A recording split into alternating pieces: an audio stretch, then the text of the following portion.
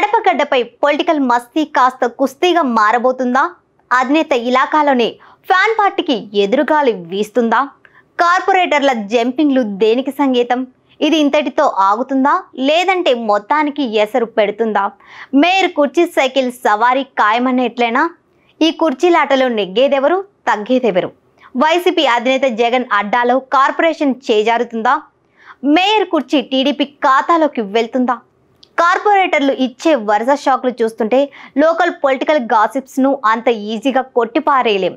ఇప్పటికైనా రేపటికైనా ఇదే నిజం కావచ్చన్న చర్చ కడప ఇలాకాలో బిగ్ సౌండ్ చేస్తోంది. కడప కార్పొరేషన్ లో మొత్తం 50 డివిజన్లు ఉన్నాయి. గడిచిన ఎన్నికల్లో 49వ డివిజన్ ఒక్కటే టీడీపీ గెలుచుకుంది. మిగిలిన అన్ని డివిజన్లలో వైసీపీ బాగా వేసింది. కానీ ఫ్యాన్ పార్టీకి రాష్ట్ర పీఠం చేజారిపోయాక ఎదురుగాలి మొదలైంది.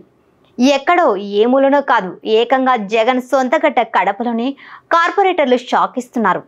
ఏ కార్పొరేటర్ ఎప్పుడు గుడ్ బై అంటాడో చెప్పలేని పరిస్థితి వచ్చిందనేది ఆ పార్టీ ఇన్సైడ్ టాక్. ఎన్నికల ప్రచారంలో జగన్ వైనాట్ 175 నినాదం వినిపిస్తే చంద్రబాబు ఇప్పుడు వైనాట్ కడప విధానం అప్లై చేస్తున్నారనేది అక్కడ వినిపించే కామెంట్. అందుకు తగ్గట్టుగానే కడప మేయర్ కుర్చీపై జెండా పాతేయాలని టీడీపీ డిసైడ్ అయినట్లు కనిపిస్తోంది. నెంబర్ గేమ్ లో భాగంగా కార్పొరేటర్లను గంపగుత్తగా లాగేసుకుంటున్నారు. తాజాగా చంద్రబాబు సమక్షంలో 8 మంది కార్పొరేటర్లు సైకిల్ ఎక్కేశారు. పొలిట్ బ్యూరో సభ్యుడు శ్రీనివాస్ రెడ్డి, కడప ఎమ్మెల్యే మాధవిరెడ్డి ఆధ్వర్యంలో 8 మంది వైసీపీ కార్పొరేటర్లకు టీడీపీ కండువలు కప్పి పార్టీలోకి ఆహ్వానించారు చంద్రబాబు. కడప కార్పొరేషన్ లో ఒకే ఒక స్థానం ఉన్న కూటమి బలం ఇప్పుడు 9కి చేరింది. అయితే ఇది ఇంతటితో ఆగేలా లేదని అంటున్నాయి లోకల్ పాలిటిక్స్. 10 రోజుల్లో ఇంకో 10 మంది కార్పొరేటర్లు సైకిల్ ఎక్కేయడానికి సిద్ధమవుతున్నారట. ఎన్నికల కంటే ముందు నుంచే కడప మేయర్ సురేష్ బాబుపై కార్పొరేటర్లు తీవ్ర అసంతృప్తితో ఉన్నారు. ఇప్పుడు టీడీపీ నుంచి భరోసా వస్తుండటంతో ఒక్కొక్కరు వైసీపీ కండువా పక్కన పెట్టేస్తున్నారు. మొత్తానికి కార్పొరేషన్ లో జరిగిన కుర్చీ కొట్లాటలో ఈ జంపింగ్ కు దారి తీస్తుందని స్థానిక రాజకీయ విశ్లేషకులు చెబుతున్న మాట. కార్పొరేటర్లు టీడీపీలో జాయిన్ అవ్వడం వెనుక మరో గాసిప్ కూడా వినిపిస్తోంది. కడపలో నవంబర్ 7న కార్పొరేషన్ సర్వసభ్య సమావేశం జరిగింది.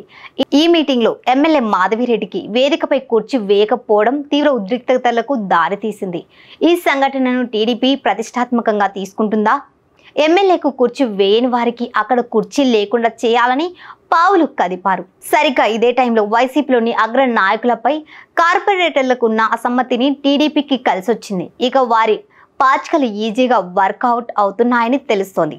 మరికొంతమంది కార్పొరేటర్లకు కూడా టీడీపీ అధిష్టానం గాలం వేసిందని పార్టీ ఇన్సైడ్ టాక్. మరి వైసీపీ అధినేత జగన్ ఈ జంపింగ్లకు అడ్డుకట్ట వేస్తారా లేదంటే కార్పొరేషన్ ను వదులుకుంటారా అనేది కడప రాజకీయాల్లో ఇంట్రెస్టింగ్ డిబేట్ పాయింట్ గా మారింది.